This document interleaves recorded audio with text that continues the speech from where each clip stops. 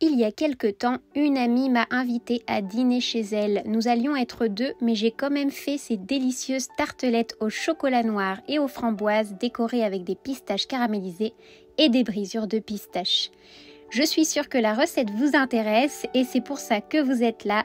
Donc c'est parti pour le pas à pas. Nous allons d'abord réaliser la pâte sucrée au cacao et pour cela, nous allons avoir besoin de farine et de cacao ainsi que d'un petit peu de sel. Nous allons avoir besoin de sucre glace et d'amandes en poudre.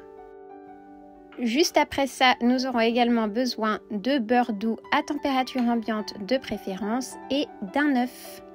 Je vous ai mis de toute façon toutes les quantités dans la description comme d'habitude.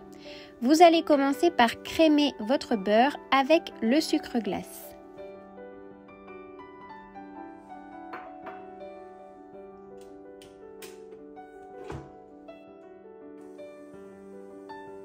Lorsque le mélange entre le beurre et le sucre glace devient homogène, vous allez ajouter votre œuf et vous allez continuer à mélanger jusqu'à ce que l'œuf s'incorpore.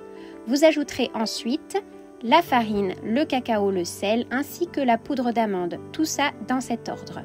Évidemment, mon téléphone a décidé de ne pas filmer cette étape, c'est pour ça que vous n'avez pas vu l'étape où j'ajoutais l'œuf. Lorsque votre pâte est bien homogène et qu'elle se décolle des bords du bol, elle est prête. Vous pourrez arrêter de mélanger.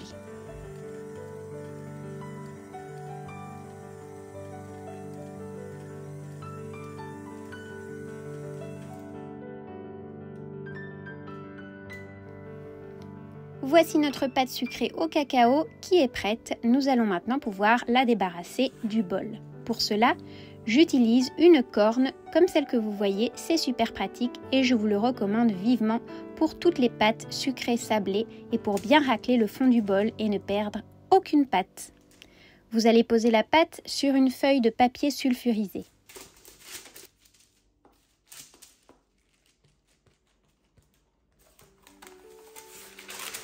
Vous recouvrez la pâte d'une autre feuille de papier sulfurisé et là, à l'aide d'un rouleau à pâtisserie, vous allez pouvoir l'étaler.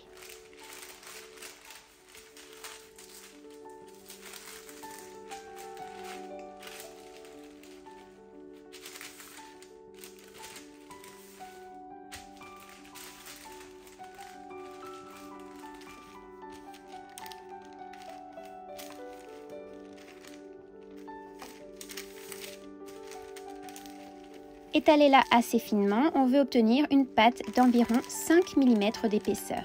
Après ça, vous allez vous assurer, grâce à vos petits cercles à tartelettes, que vous avez suffisamment étalé la pâte pour pouvoir faire le nombre de tartelettes que vous désirez. Vous placez ensuite la pâte au frigo. Nous allons maintenant élaborer la ganache au chocolat noir et pour cela, nous avons besoin de chocolat noir et de crème liquide légère à 18% ainsi que d'un peu d'extrait de vanille et du miel.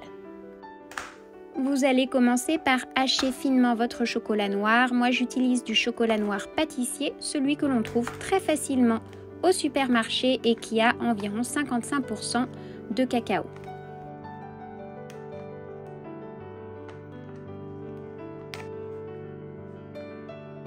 Dans un saladier, vous allez verser votre crème liquide légère.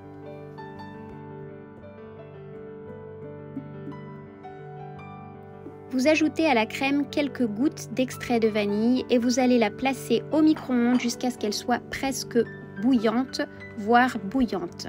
En fonction de votre micro-ondes, ce temps peut varier. Lorsqu'elle est encore très chaude, vous ajoutez le chocolat haché.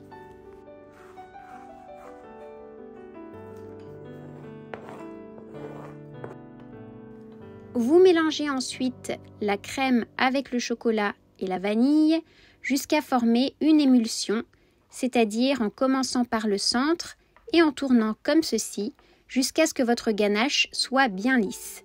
Ça va prendre un petit peu de temps, mais vous allez y arriver.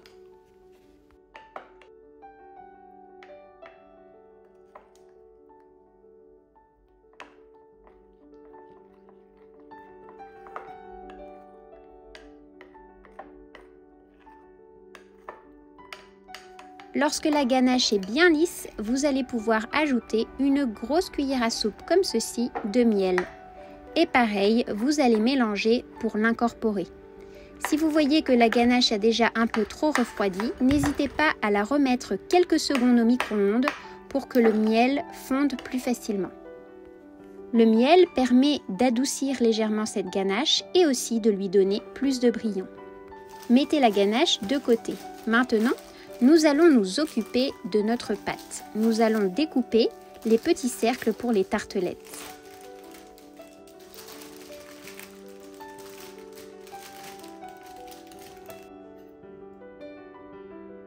Appuyez sur la pâte avec vos emporte-pièces pour créer le fond des tartelettes. Si votre pâte est bien froide comme ici, le fond va rester collé au petit cercle, il va adhérer au petit emporte-pièces et vous n'aurez rien à faire, vous aurez juste à le déposer sur votre plaque de cuisson chemisée de papier sulfurisé.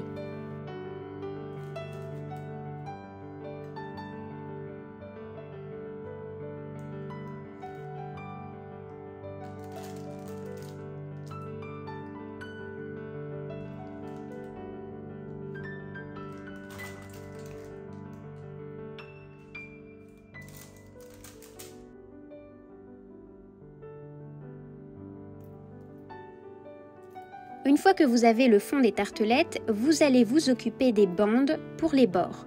Pour cela, utilisez un grand couteau bien aiguisé et découpez des bandes de la hauteur des petits moules. Si votre pâte est suffisamment froide, les bandes se décollent très facilement.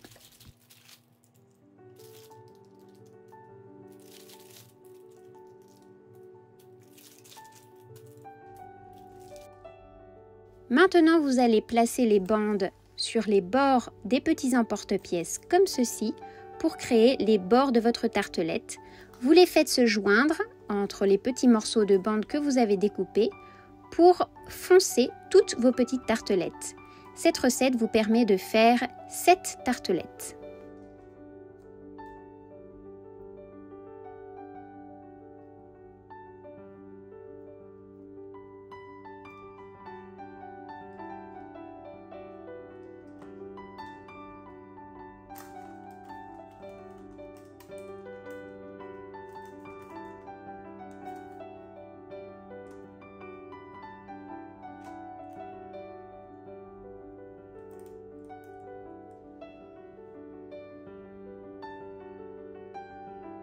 Faites bien adhérer la pâte au bord et joignez bien les bords de la pâte avec le fond pour éviter les fuites de ganache. Mais bon, comme la ganache n'est pas très liquide, il n'y a pas trop de risques.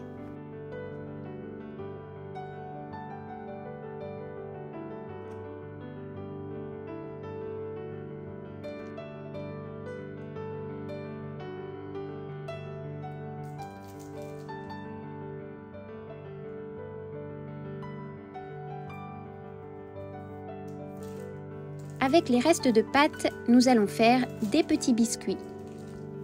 Je décide de faire 2 petits biscuits, donc je forme des petites boules. Et à l'aide d'un petit tampon à biscuits, je vais faire mes jolis petits biscuits homemade.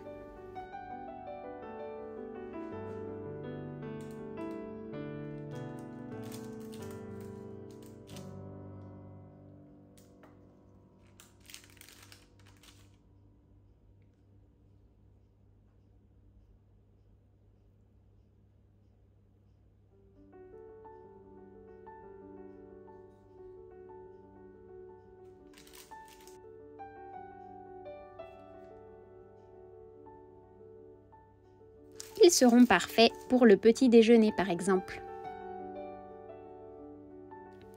Piquez le fond des tartelettes avec une fourchette et si vous en avez, remplissez-les de billes de céramique pour éviter que la pâte du dessous se bombe lors de la cuisson.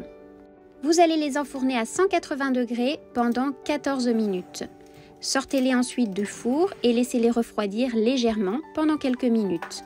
Vous pourrez ensuite très facilement retirer le petit cercle en métal.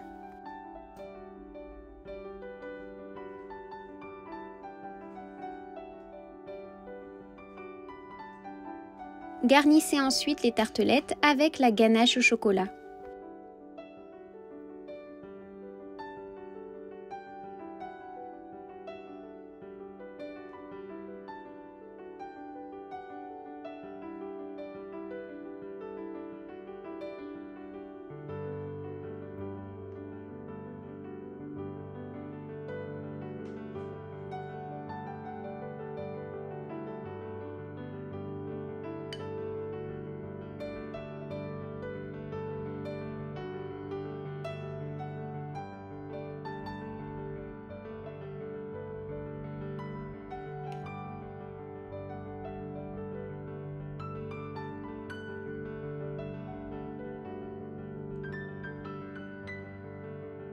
Et voici nos tartelettes qui sont presque prêtes. Il leur manque juste un petit tour au four. Mais avant cela, réservez les petits biscuits pour le petit déjeuner dans une boîte hermétique. Nous remettons les tartelettes au four à 180 degrés pendant 10 minutes. Ceci permet à la ganache de bien adhérer à la pâte et à la pâte de terminer de cuire correctement. S'il vous reste de la ganache, mettez-la dans des petits ramequins ou des petites tasses, filmez-la bien au contact et réservez-la au réfrigérateur. Elle se congèle également très bien et peut faire office de petit dessert. Sortez ensuite vos tartelettes du four, elles sont prêtes et laissez-les refroidir complètement.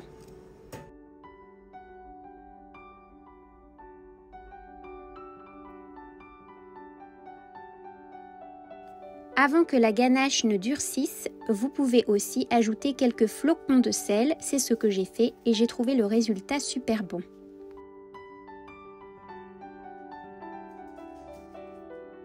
Il est à présent temps de décorer les tartelettes, elles ont bien refroidi, je les avais placées au frigo et juste avant de les emporter chez mon ami, je les ai décorées avec des framboises que j'ai coupées en deux comme ceci et que j'ai placées joliment sur chaque tartelette.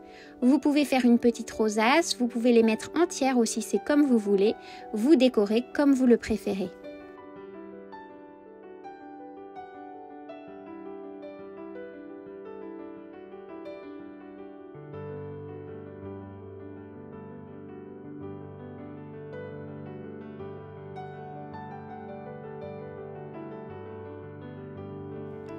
J'ai aussi ajouté quelques brisures de pistaches ainsi que quelques pistaches caramélisées qui rajoutent un petit côté gourmand vraiment délicieux et comme elles étaient légèrement salées aussi, il y a eu un petit contraste sucré-salé qui était exquis.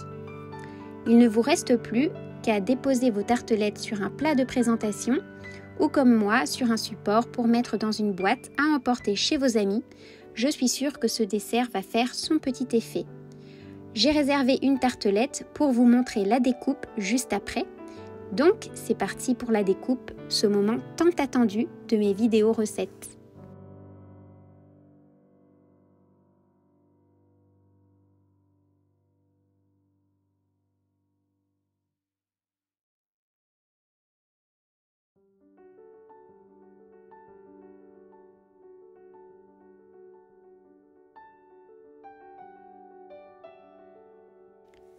Vous allez voir que ces tartelettes sont le mariage parfait entre l'acidité de la framboise, la gourmandise de la pistache et du chocolat, le craquant de la pâte sucrée au cacao. Franchement, j'ai rarement mangé une tartelette au chocolat aussi délicieuse. En plus, ce que j'aime bien, c'est que la ganache au chocolat n'est ni trop amère ni trop sucrée et qu'elle est vraiment lisse et fondante en bouche. J'espère que cette recette vous a plu, que grâce à elle, vous vous abonnerez à ma chaîne. À très bientôt, bon appétit!